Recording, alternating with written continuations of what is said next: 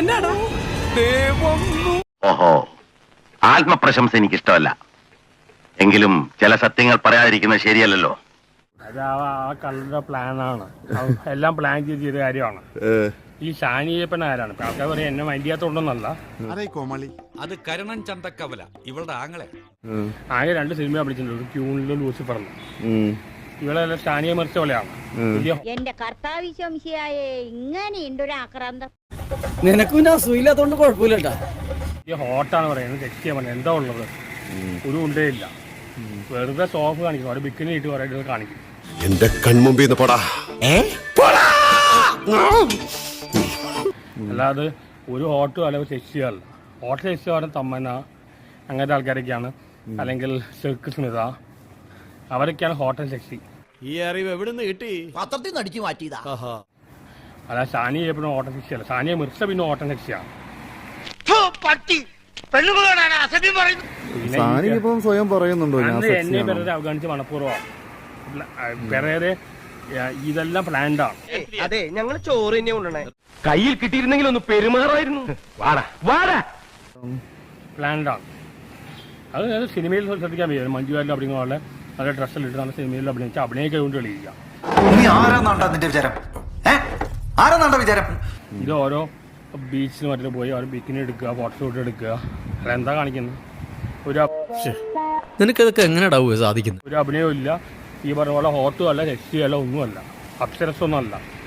എന്നോട് ക്ഷമിക്കണം, ഇത്രയും ഞാൻ പ്രതീക്ഷിച്ചില്ല. എത്രയും പെട്ടെന്ന് അവനെ പിടിച്ചോണ്ട് പോയില്ലെങ്കിൽ നല്ല ചുട്ട അടി കിട്ടും പറഞ്ഞു. അയ്യോ വേണ്ട വേണ്ട, ഇപ്പൊ പോയേക്കാം. ഇത് ബോഡി ടൈപ്പും ഇല്ല, ഒരു ഉണ്ടേ ഇല്ല, വെറുതെ ഹോട്ടൽ സെക്സി എന്ന് പറയാം. ഓക്കെ, എന്നാൽ ഇനി ഞാനൊരു സത്യം പറയാം.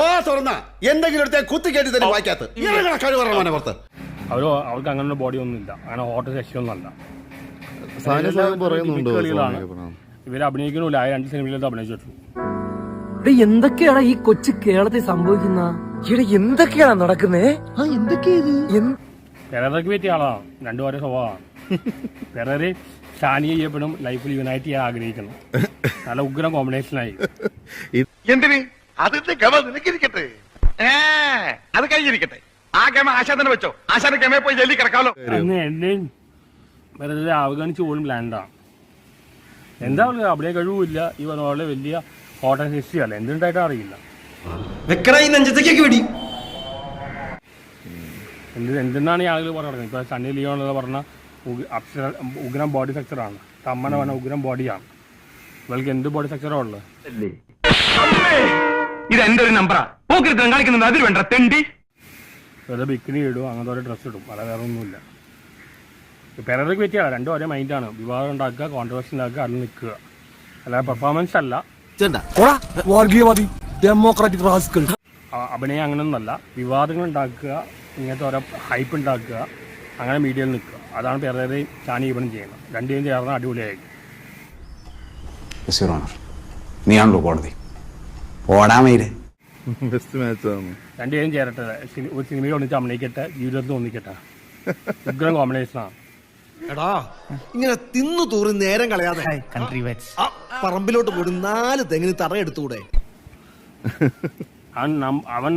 അവനറിയാം എന്തെങ്കിലും ഇങ്ങനെ നെഗറ്റീവ് കാണിച്ചാൽ അവൻ കാണിക്കുന്ന അവന്റെ ആയുധമാണ് കോമാളിത്രം, അവന്റെ വെപ്പൺ. അത് വെച്ചാണ് അവൻ പിടിച്ചേക്കുന്നത്. അതേപോലെ ബിക്കിനി മറ്റിലിട്ട് ഷാനിയും പിടിച്ചിട്ടുണ്ട്. 2 പേർക്കും സിനിമയില്ല, ഒരു ഉണ്ടേ ഇല്ല, ഈ വിവാദങ്ങൾ മാത്രമേ ഉള്ളൂ. എവിടെ 2 ചേരുമെന്ന് പറഞ്ഞാൽ വല്ലവന്റെ പറമ്പിൽ പുല്ല് കണ്ടിട്ട് പശുവിനെ വളർത്തുന്നത് കേട്ടിട്ടുണ്ട്, ഇപ്പൊ കണ്ടു. തൽക്കാലം ഇത്രയും മതി, വരട്ടെ.